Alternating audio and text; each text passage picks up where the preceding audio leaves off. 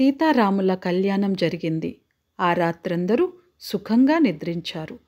మరునాడు ఉదయం విశ్వామిత్రుడు నూతన వధూవరులందరినీ ఆశీర్వదించి జనకుని వద్ద, దశరథుని వద్ద సెలవు తీసుకొని హిమవత్ పర్వతమునకు వెళ్ళిపోయాడు. విశ్వామిత్రుడు వెళ్ళిపోయిన తరువాత జనక మహారాజు వద్ద అనుమతి తీసుకుని దశరథుడు కూడా అయోధ్యకు బయలుదేరాడు. అప్పుడు జనక మహారాజు తన కుమార్తెలకు అంతులేని ధనము, ఆభరణములు కానుకగా ఇచ్చాడు. 1,00,000 ఆవులను, అనేక వస్త్రాభరణములను, ఏనుగులు, హయములు, రథములను అరణంగా ఇచ్చాడు. దాసులను, దాసీజనమును తన కుమార్తెల వెంట అయోధ్యకు పంపాడు. దారిలో రక్షణగా చతురంగ బలములను పంపాడు. వారితో పాటు మిథిలా నగరము బయటదాకా వచ్చి వారికి వీడ్కోలు పలికాడు. తరువాత వెనుదిరిగిపోయాడు మిథిలకు. దశరథుడు కుమారులు, కోడళ్లతో ప్రయాణమై వెళుతున్నాడు. దారిలో వారికి కొన్ని దుశ్శకునములు కనబడ్డాయి. వెంటనే దశరథుడు వశిష్ఠుని పిలిచి ఆ దుశ్శకునములకు అర్థం చెప్పమని అడిగాడు. అప్పుడు వశిష్ఠుడు ఇలా అన్నాడు: ఓ దశరథ మహారాజా, మనకు ఏదో ఒక ఆపద వచ్చి పడుతుంది అని ఈ దుశ్శకునములు సూచిస్తూ ఉన్నాయి. కానీ ఆ ఆపద సులభంగా తొలగిపోతుంది అని కొన్ని శుభశకునములు కూడా కనబడుతున్నాయి. కాబట్టి మీరేమీ కంగారు పడనవసరం లేదు అని వివరించాడు వశిష్ఠుడు. ఇంతలో తీవ్రంగా పెనుగాలులు వీచాయి. భూమి కంపించింది. సూర్యుని కాంతి వెలవెలబోయింది. చీకట్లు కమ్మాయి. ఈ ఉత్పాతాలకు దశరథుడు భయభ్రాంతుడయ్యాడు. అప్పుడు యావత్తు క్షత్రియ కులమును సర్వనాశనము చేసిన పరశురాముడక్కడకు వచ్చాడు. వెంటనే దశరథుడు, వశిష్ఠుడు, బ్రాహ్మణులు పరశురాముని సాదరంగా ఆహ్వానించి ఆయనకు అర్ఘ్యము, పాద్యము సమర్పించారు. ఉచితాసనము ఇచ్చి సత్కరించారు. వశిష్ఠుడు, దశరథుడు అర్పించిన అర్ఘ్యపాద్యములు, అతిథి మర్యాదలు స్వీకరించిన పరశురాముడు రాముని చూచి ఇలా అన్నాడు: ఓ రామా, నీ పరాక్రమము గురించి విన్నాను. నీవు శివుని విల్లు విరిచావని కూడా తెలిసింది. నీవు శివుని విల్లు విరవడం నాకు ఎంతో ఆశ్చర్యాన్ని కలిగించింది. నీవు పరమశివుని విల్లు విరుస్తావని నేను ఊహించలేదు. అందుకే మరొక మహత్తరమైన విల్లు తీసుకొని వచ్చాను. ఈ విల్లు నాకు మా తండ్రి జమదగ్ని ఇచ్చాడు. ఈ విల్లును కూడా నీవు ఎక్కుపెట్టి నీ పరాక్రమమును ప్రదర్శించు. అప్పుడు నేను నీవు పరాక్రమవంతుడవని, వీర్యవంతుడవని ఒప్పుకుంటాను.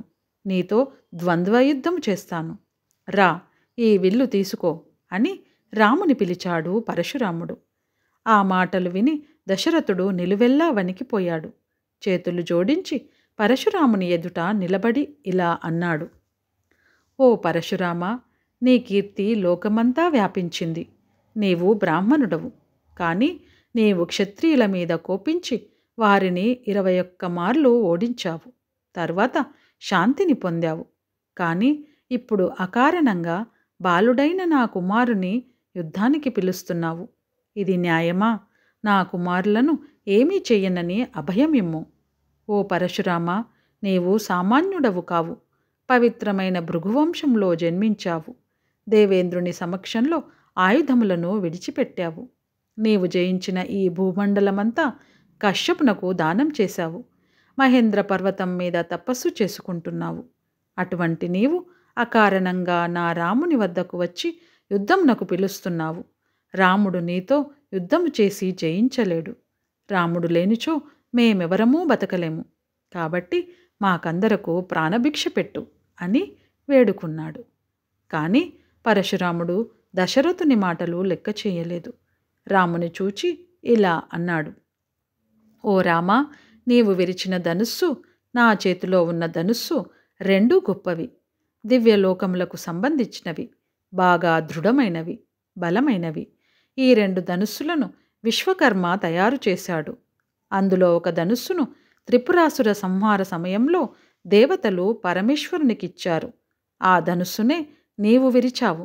ఈ 2వ ధనుస్సు దేవతలు విష్ణువుకు ఇచ్చారు.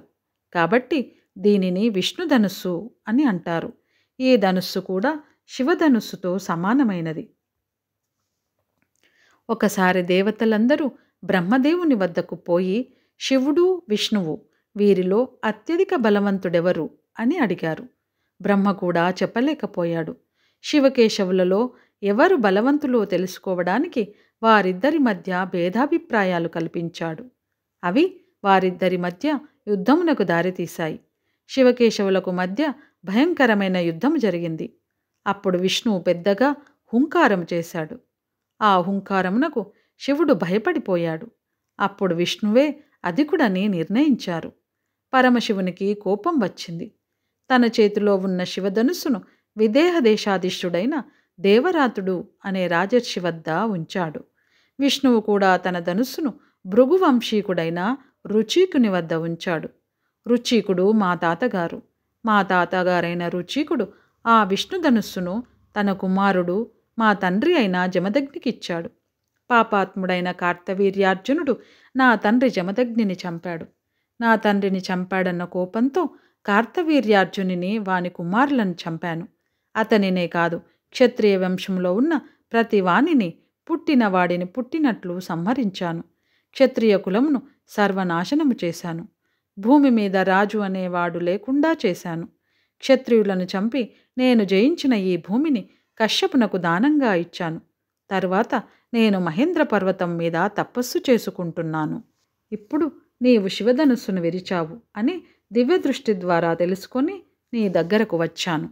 ఓ రామా, నీవు క్షత్రియుడవు. క్షత్రియ ధర్మము ప్రకారము మాకు వంశపారంపర్యంగా సంక్రమించిన ఈ విష్ణుధనుస్సును తీసుకో. దీనిని కూడా ఎక్కుపెట్టి సంధించు.